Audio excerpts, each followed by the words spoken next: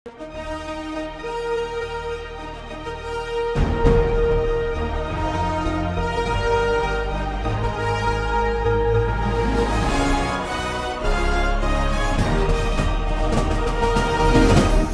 பார்த்து கொண்டிருப்பது உங்கள் ஜாஷ்வா டிவி. சகல ஜனங்களுக்கும் நற்செய்தி.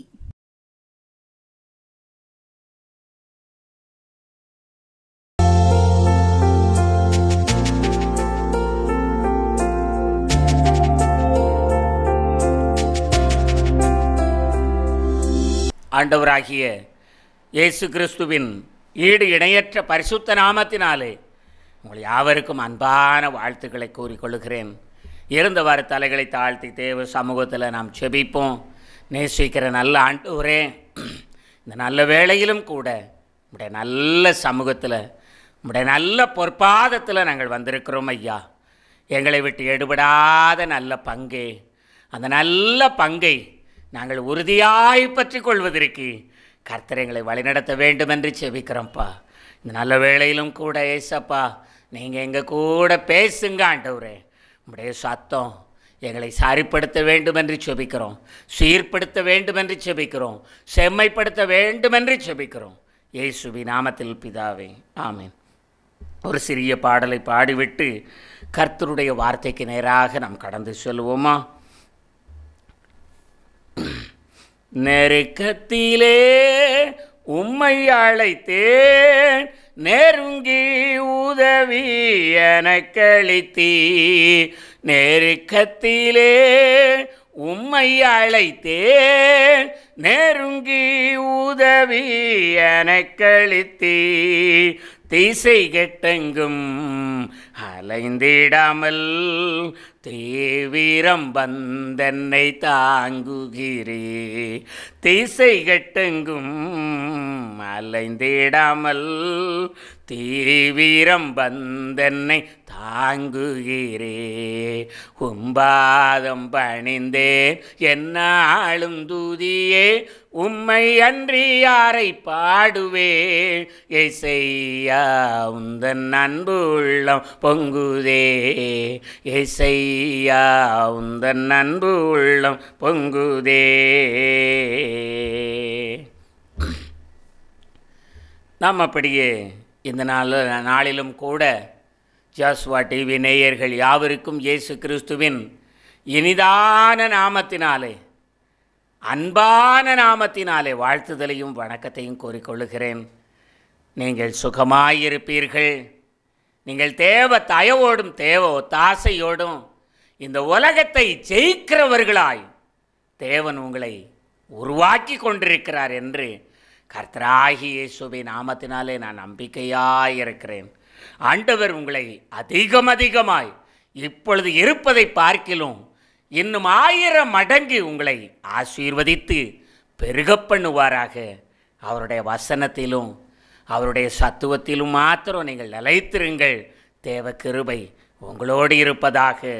இந்த வேளையிலும் கூட நாம் சிந்திக்கும்படியாக யாக்கோபு எழுதின பொதுவான நிருபத்திலே, யாக்கோபு எழுதின பொதுவான நிருபம் 1ஆம் அதிகாரம், யாக்கோபு எழுதின பொதுவான நிருபம் 1ஆம் அதிகாரம் 22ஆம் வசனத்தை வாசிக்கும் பொழுது, அல்லாமலும் நீங்கள் உங்களை வஞ்சியாதபடிக்கு திருவசனத்தை கேட்கிறவர்களாய் மாத்திரமல்ல, அதன்படி செய்கிறவர்களாயும் இருங்கள். அன்புக்குரிய தேவ பிள்ளைகளே, அது அல்ல இதுவே முக்கியம் என்ற தலைப்பிலே நாம் கடந்த 3 வாரங்கள் சிந்தித்து கொண்டிருக்கிறோம். கடந்த வாரத்திலே வெளிப்புறத்தை சுத்தமாக்குகிற நீ உள்புறத்தையும் சுத்தமாக்கு என்று நம்மோடு கூட ஏசப்பா பேசினாங்க. வெளிப்புறம் சுத்தமாய் இருப்பது போல, வெளிப்புறம் மற்றவர்கள் பார்ப்பதற்கு அழகாய் இருப்பது போல உள்புறமும் சுத்தமாய் இருக்கணும் அப்படின்னு சொல்லி ஆண்டவர் நம்ம கூட தெளிவாக பேசினார். வேத வசனங்களை கொண்டு ஆண்டவர் பேசினார். இருதயத்திலே மறைந்திருக்கிற குணமாகிய சாந்தமும் அமைதலும் உள்ள ஆவியோடு கூட ஆண்டவரை பின்பற்றணும். இப்படி இருதயம் மாறினா தேவன் நம்ம மேலே பிரியமாக இருப்பார் என்று கடந்த வாரத்தில் சிந்தித்தோம். வெளிப்புறம் அல்ல, உள்புறமே முக்கியம் என்று சிந்தித்தோம். இந்த வாரத்திலே நாம் வேதத்திலே வாசிக்கிறோம், அல்லாமலும் நீங்கள் உங்களை வஞ்சியாதபடிக்கு திருவசனத்தை கேட்கிறவர்களாய் மாத்திரமல்ல, அதன்படி செய்கிறவர்களாயும் இருங்கள் என்று ஆண்டவர் நம்மை பார்த்து சொல்லுகின்றார்.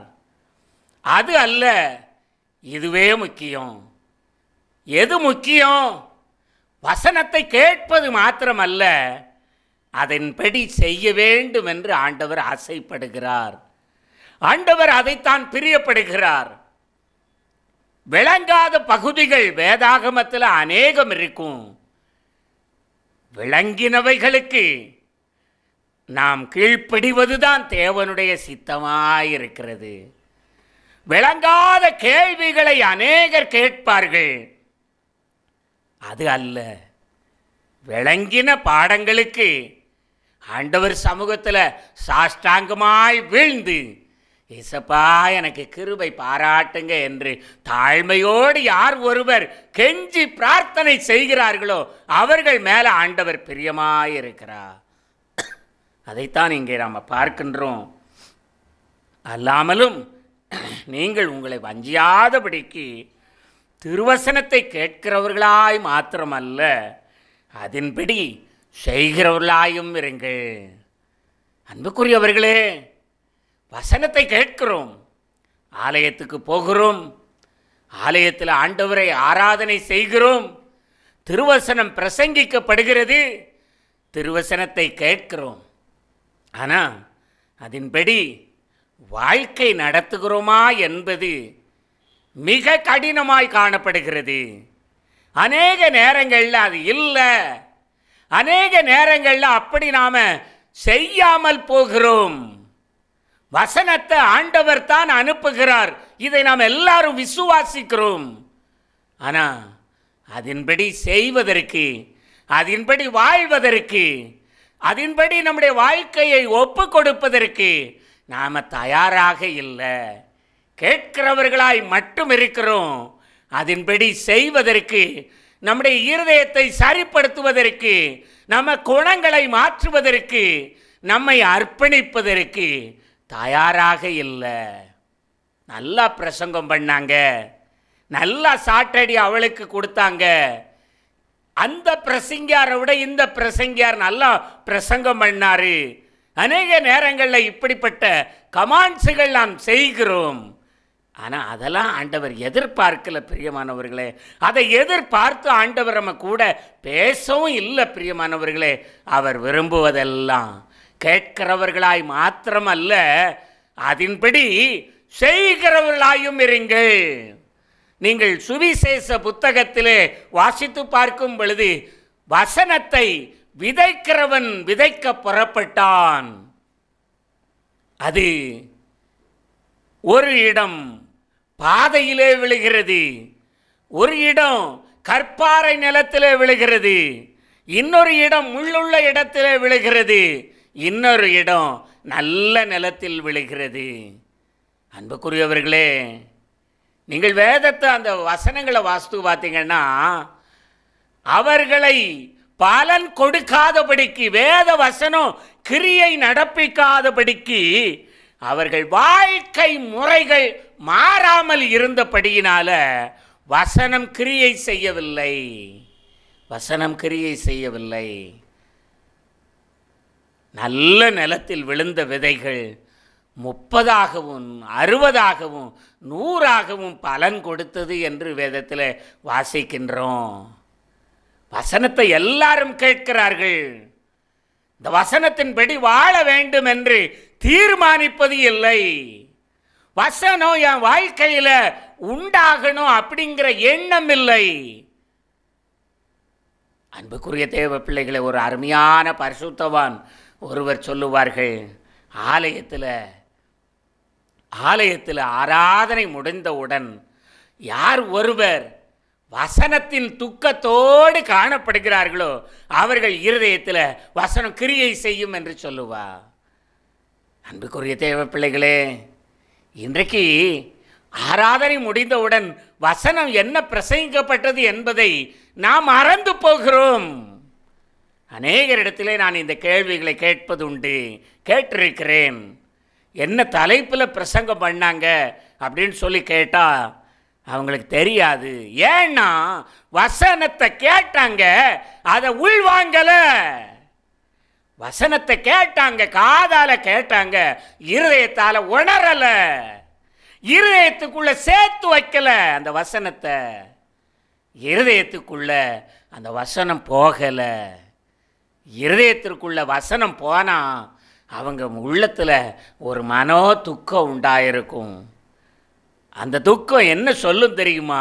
நீ இந்த வசனத்தின்படி வாழ்வதற்கு போய் வீட்டில் போய் நல்லா முழங்கால் படிக்கிட்டு ஜெபம் பண்ணு, இன்னும் வேதத்தை வாசி, இன்னும் ஆண்டவர் சமூகத்தில் உட்காரு. இந்த தாகமும் துடிப்பும் யாருடைய உள்ளத்தில் உண்டாகின்றதோ அவர்கள் தான் தேவனுடைய பார்வையில் விலையேற பெற்றவர்கள். அவர்களைத்தான் தேவன் அதிகமாய் நேசிக்கிறார். அவர்கள் மேலதான் தேவன் அன்பாயிருக்கிறார். அவர்களுக்கு தான் தேவன் கிருபை பாராட்டுவா. வசனத்தை கேட்ட உடனே ஆகா ஓகோன்னு சொல்லிட்டு வசனம் இதயத்தில் இல்லாம வெளியே போனோம்னா ஒரு லாபமும் இல்லை. பிரியமானவர்களே, ஆராதனைக்கு போறீங்க, ஆண்டவர் சமூகத்தில் ஏசப்பா நம்ம கூட பேசுவது வேத வசனத்தின் மூலம். அந்த வேத வசனத்தின் மூலம் ஆண்டவர் நம்ம கூட பேசும்போது அந்த வேத வார்த்தைகளை இருதயத்தின் ஆழத்துக்கு கொண்டு போய் அந்த வசனத்தை பேணி பாதுகாத்து கொள்ளுங்க. ஏன்னா சத்துரு எப்போ அந்த விதையை எடுத்து வெளியே கொண்டு போவோன்னு சொல்லி துடியாய் துடித்து கொண்டிருக்கிறான். ஆகவே வசனத்தை கண்ணும் கருத்துமா பாதுகாக்கணும். இருதயத்திற்குள்ள இந்த வசனத்தை வைத்து பாதுகாக்கணும். அன்புக்குரிய தேவ பிள்ளைகளே, நம்ம வாழ்க்கையில் இப்படி நாம் வாழ்ந்து கொண்டிருக்கிறோமா? இப்படி செய்யாமல் இருந்தால் இன்றைக்கு நீங்கள் செய்து பாருங்க பிரியமானவர்களே. வேதம் சொல்லுகிறது, கேட்கிறவர்களாய் மாத்திரமல்ல அதன்படி செய்கிறவர்களாயும் இருங்கள்.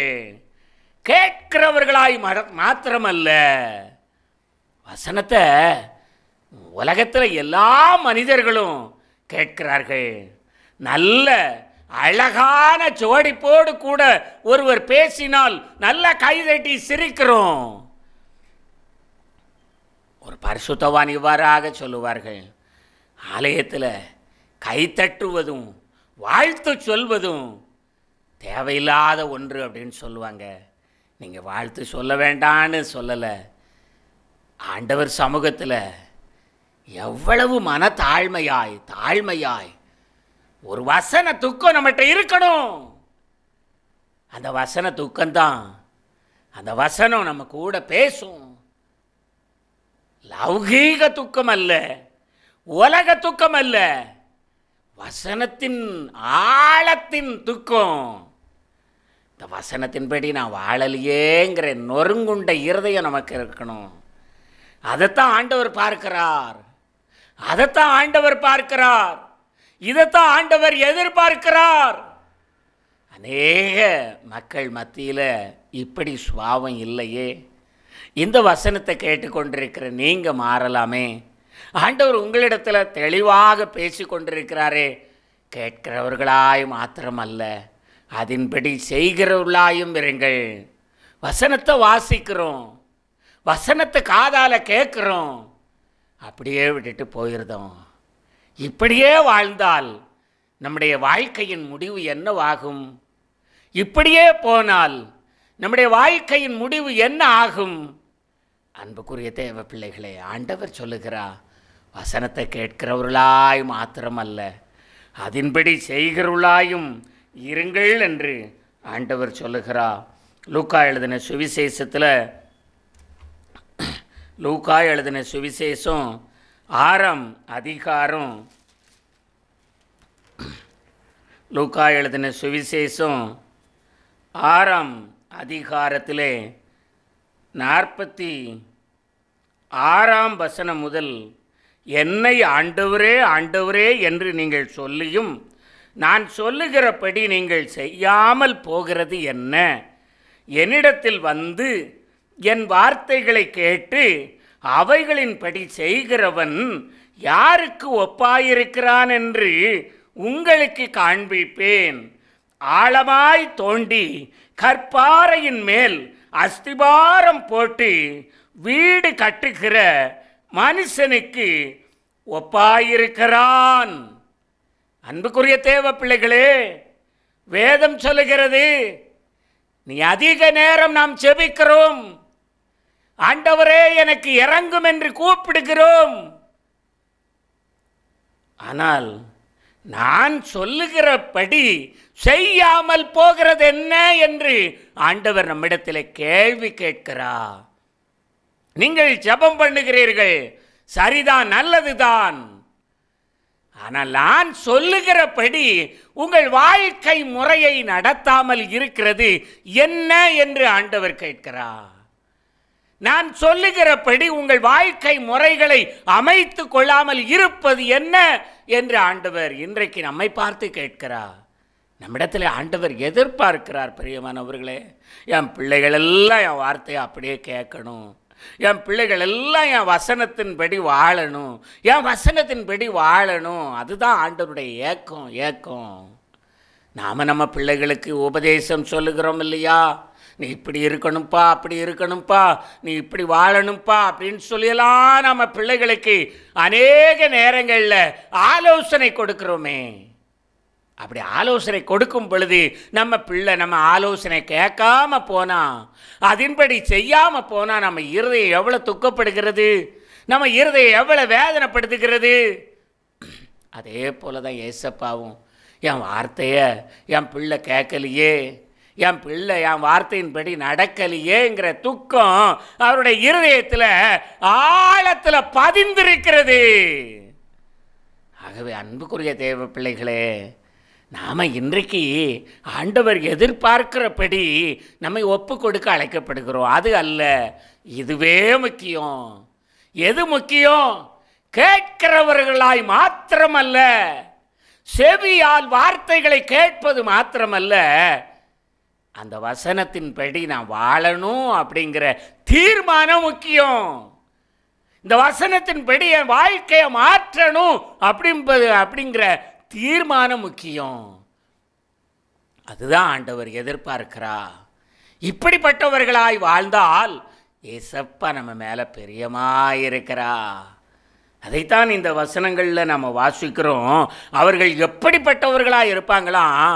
அந்த வசனத்தின்படி வாழ்க்கை நடத்துகிறவர்கள் எப்படி இருப்பாங்களாம்? ஆழமாய் தோண்டி கற்பாறையின் மேல் அஸ்திபாரம் போட்டு வீடு கட்டுகிறவர்களுக்கு ஒப்பாயிருக்கிறான். பெருவெள்ளம் வந்து, பெருவெள்ளம் மழை நிறைய அதிகமாய் பெய்கிறது, வெள்ளம் வருகிறது. அந்த வீட்டை சேதப்படுத்த முடியாது. ஏன்னா அது கற்பாறையின் மேல் அஸ்திபாரம் போடப்பட்டிருக்கிறது, அது கற்பாறையின் மேல் கட்டப்பட்டிருக்கிறது. ஆழமாய் தோண்டி பாறை வரைக்கும் நாம் வானம் தோண்டி கல் வைத்து கட்டுகிறோம். அந்த வீடு அசையாது என்று சொல்லப்படுகிறது. அந்த வீடு ஒரு நாளும் விழாது என்று சொல்லப்படுகிறது. அடுத்து வாசிக்கிறோம், நீரோட்டம் அந்த வீட்டின் மேல் மோதியும் அதை அசைக்க கூடாமற் போயிற்று. ஏனென்றால் அது கன்மலையின் மேல் அஸ்திபாரம் போடப்பட்டிருக்கிறது. அன்புக்குரிய தேவ பிள்ளைகளே, எவ்வளவு வேகமாய் நீர் ஓட்டம் ஓடினாலும், அந்த வீட்டின் மேல் மோதினாலும் அந்த வீடு என்ன செய்யாதான்? விழாது. ஏன்னா அது கற்பாறையின் மேலே அஸ்திபாரம் போடப்பட்டிருக்கிறது. அன்புக்குரிய தேவ பிள்ளைகளே, வசனத்தை கேட்கிறவர்களாய் மாத்திரமல்ல, வசனத்தின்படி வாழ வேண்டும், வசனத்தின்படி நம்மை மாற்றிக்கொள்ள வேண்டும். நம்ம கையில் ஆண்டவர் வாழ்க்கை முறைகளை கொடுத்துருக்கிறார். நீ இப்படித்தான் வாழணும்னு சொல்லி வேத புஸ்தகத்தில் நமக்கு சொல்லி கொடுத்துருக்கிறா. என் வார்த்தையின்படி நீ செய்யாமல் போகிறது என்ன?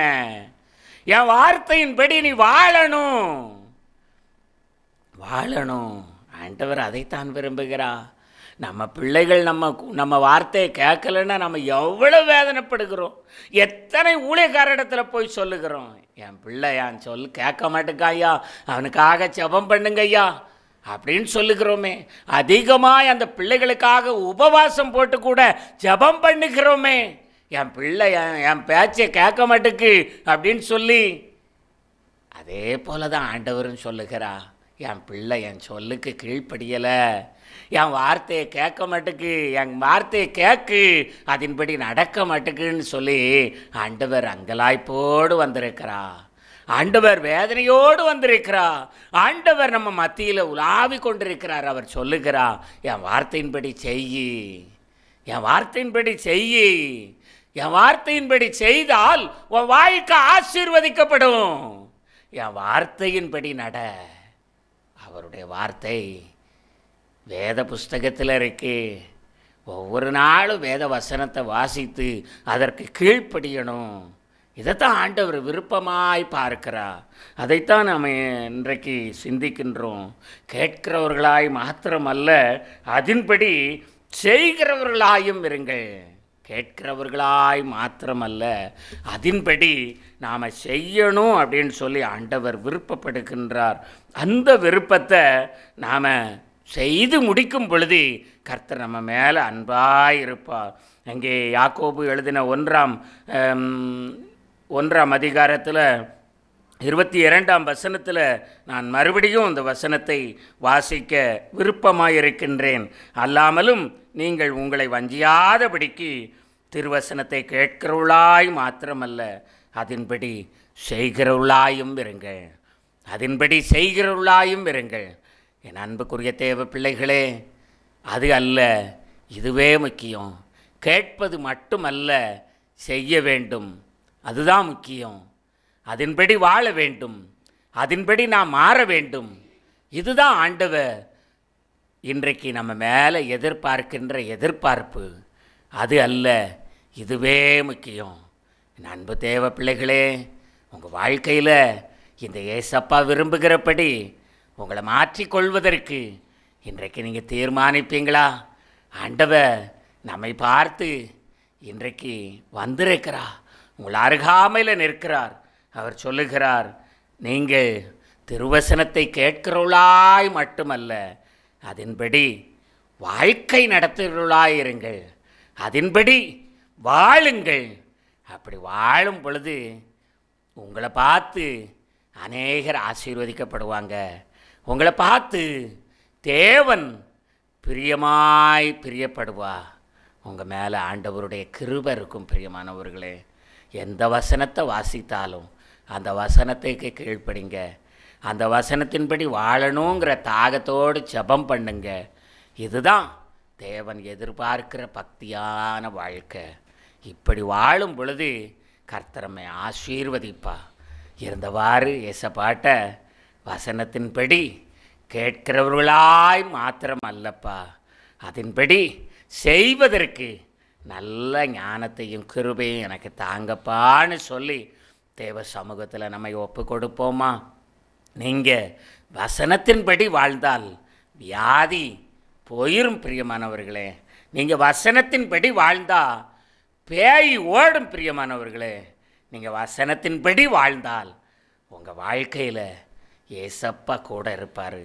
வசனத்தின்படி வாழுகிறவர்கள் நித்திய கிருபையுடன் இந்த பூமியில் நிலைத்திருப்பார்கள். என் அன்பு தேவ பிள்ளைகளே, கர்த்தருடைய சமூகத்தில் ஒப்பு கொடுத்து ஜெபம் பண்ணுவோமா? நேசிக்கிற நல்ல ஆண்டவரே, இந்த நல்ல வேளையிலும் கூட ஆண்டவரே, நம்முடைய அன்பு திரு வார்த்தையை நாங்கள் கேட்டோம்ப்பா. அந்த வார்த்தையின்படி வாழ்வதற்கு கிருபை பாராட்டுங்க ஏசப்பா. ஆண்டவரே, இந்த வசனத்தை கேட்ட எல்லா பிள்ளைகளையும் கர்த்தர் ஆசீர்வதிங்கப்பா. வசனத்தின்படி வாழணும் அப்படின்னு சொல்லி நீங்கள் எங்களுக்கு உபதேசம் பண்ணியிருக்கீங்கப்பா. கேட்கிறவர்களாய் மாத்திரமல்ல, அதன்படி செய்கிறவர்களாயும் இருங்கள் என்று சொன்னீங்கப்பா. அந்த வார்த்தையின்படி நாங்கள் வசனத்தின்படி வாழ்வதற்கு ஏற்ற கிருபைகளையும் ஆண்டவரே நீர் தந்து ஆசீர்வதிக்க வேண்டும் என்று செபிக்கிறோம். எங்களை பலப்படுத்தும், எங்கள் தொழில்களை ஆசீர்வதியும், எங்களுடைய உழைப்புகளை ஆசீர்வதியும். ஆண்டவரே, யார் யாரெல்லாம் வேதனையோடு இருக்கிறாங்களோ அவங்க வேதனையை மாற்றுங்கப்பா. யார் யாரெல்லாம் கூலி வேலைக்கு போகிறாங்களோ அவங்களுக்கு நல்ல உடம்பில் நல்ல வலுவான சக்தியை கொடுங்கப்பா. அவர்கள் நல்லா உழைத்து சாப்பிடுவதற்கு பலன் கொடுங்கப்பா. நல்லா சாப்பிட கிருபை கொடுங்கப்பா. நல்லா தூங்கி எழ கர்த்தர் கிருபை பாராட்டுங்கப்பா. அவங்களுடைய வயல்வெளிகளை ஆசீர்வதிங்கப்பா. அவருடைய பிள்ளைகளை ஆசீர்வதிங்கப்பா. அவர்களுடைய ஆடு மாடுகளை ஆசீர்வதிங்கப்பா. திரளான சம்பத்தை உம்முடைய பிள்ளைகளுக்கு கொடுத்து ஆசீர்வதிங்கப்பா. வசனத்தின்படி வாழணுங்கிற தாகத்தையும் துடிப்பையும் உம்முடைய பிள்ளைகள் யாவருக்கும் கொடுத்து அபரிவிதமாய் ஆசீர்வதிக்க வேண்டும் என்று செபிக்கிறோம். வசனமில்லாமல் ஓடுகிற எல்லா பிள்ளைகளையும் மாற்றுங்க. இயேசுவின் நாமத்தில் பிதாவே, ஆமேன், ஆமேன், ஆமேன்.